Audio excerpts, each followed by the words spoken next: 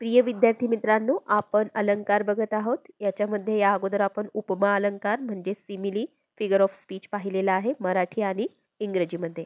आज आपण रूपक अलंकाराबद्दल माहिती घेणार आहोत. जेव्हा वाक्यात उपमेय व उपमान यांच्यातील साम्यामुळे दोन्ही गोष्टी अभिन्न म्हणजेच एकरूप दर्शविल्या जातात तेव्हा रूपक अलंकार होतो. याची वैशिष्ट्ये अशी आहेत की उपमेय हेच उपमान असते, उपमेय व उपमान एकरूप असते. या अलंकारात म्हणजे, केवळ, प्रत्यक्ष, साक्षात, मूर्तिमंत इत्यादी साधर्म्यदर्शक शब्दांचा वापर होतो. उपमा अलंकारामध्ये परी, सम, जसा, गत अशा शब्दांचा वापर व्हायचा. आता रूपक हे जे अलंकार आहे याच्यामध्ये ज्याची तुलना होणार आहे आणि ज्याच्या सोबत होणार आहे ते दोन्ही जणू एकच भासवले जातात. अक्षर मोत्यासारखे आहे हा झाला उपमा अलंकार.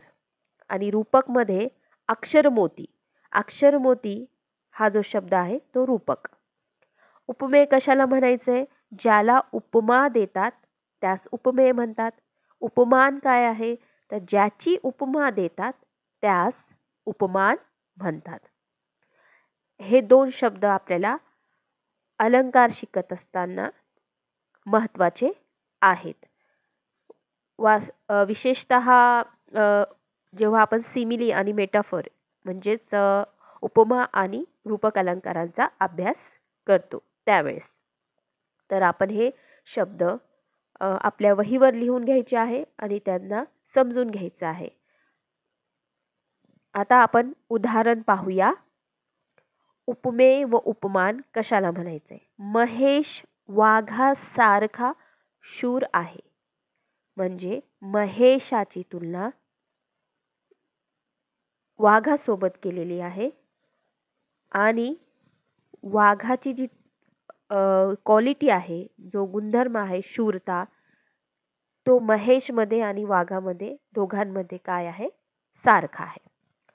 सलील सशासारखा भित्रा आहे. सलील हे उपमेय झालं. सलीलची तुलना केली जात आहे सशासोबत म्हणून ससा काय झालंय? उपमान झालंय. आणि साधर्म्य काय म्हणजे समान गुणधर्म काय आहे यांच्यामध्ये? तर भित्रेपणा.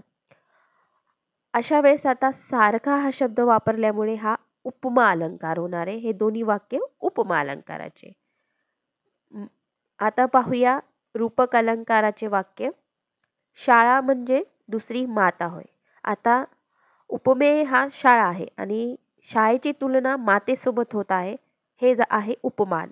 तर उपमेय हेच उपमान आहे असं ज्या ठिकाणी दर्शवण्यात येतं तेव्हा रूपक अलंकार तिथे आपल्याला पाहायला भेटतो. शाळा म्हणजे दुसरी माता होय. नयन कमल हे उघडीत हलके जागी हो जानकी.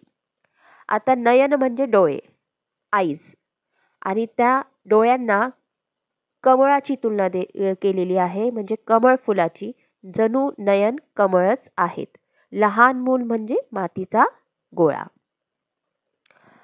आता आपण पाहूया मेटाफर म्हणजेच रूपक अलंकार इंग्रजीमध्ये. It is a figure of speech where there is an implied comparison between two dissimilar things which are completely unrelated. म्हणजे एकमेकांपासून काहीही संबंध नसणाऱ्या डिसिमिलर थिंग्स, भिन्न गोष्टी, त्यांची आपल्याला तुलना करायची आहे. आणि कंपॅरिझन जे आहे ते इम्प्लाइड असू शकतं म्हणजे लक्षित, म्हणजे तिथं शब्द न वापरता तो त्या ठिकाणी व्यक्त केला जातो. ज्याच्या सोबत तुलना केलेली आहे ती गोष्ट व्यक्त केली जाते. आता उदाहरणाद्वारे आपल्याला हे समजून घ्यायचं आहे.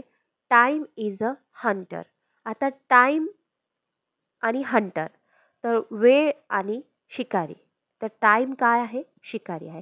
म्हणजे टाइम आणि हंटरमध्ये काय केलेलं आहे? जणू टाइम हे हंटरच आहे अशा पद्धतीने या ठिकाणी सांगितलेलं आहे. डायरेक्ट आपण या ठिकाणी कंपॅरिझन करत आहोत. The captain barked orders at the soldiers. कॅप्टनने म्हणजे आता बार्कचा अर्थ होतो भुंकणे आणि भुंकतो कोण, तर अँग्री डॉग म्हणजे कुत्रा, रागीट कुत्रा. तर जणू काही कॅप्टन हा अँग्री डॉग आहे. पण डॉग हा शब्द न वापरता या वाक्यामध्ये इम्प्लिसिट आयडिया एक्सप्लेन केलेली आहे की जणू काही कॅप्टन हा अँग्री डॉग आहे आणि तो त्याच्या सैनिकांवर आज्ञा देतो आहे, जणू काही भुंकतोच आहे, अशा पद्धतीने ओरडत आहे. तर या ठिकाणी डॉग हा शब्द न वापरता देखील कॅप्टनची तुलना डॉग सोबत केलेली आहे. मग हा इम्प्लाइड मेटाफर झालेला आहे. तो शब्द तिथे आपल्याला दिसत नसेल तरी डॉगचा संदर्भ त्या ठिकाणी आपण पाहू शकतो. तिसरं उदाहरण आपण बघूया. टाइम इज मनी. वेळ पैसा आहे. म्हणजे वेळच पैसा आहे. आता टाइम आणि मनी या दोघांना एकच समजलेलं आहे. जरी टाइम ही वेगळी बाब आहे, मनी ही वेगळी बाब आहे, डिसिमिलर थिंग्स आहेत, पण त्यांची कंपॅरिझन केलेली आहे. त्यांचं एकत्रीकरण करून टाकलेलं आहे की हे म्हणजे हेच आणि ते म्हणजे तेच. म्हणजे दोघांमध्ये जे आहे तर तुलना करताना दोघं सारखेच आहे असं दाखवण्याचा जेव्हा प्रयत्न केला जातो तेव्हा त्या ठिकाणी रूपक अलंकार असतो. आता या ठिकाणी इम्प्लाइडचं मिनिंग काय आहे तर लक्षित अर्थ आहे.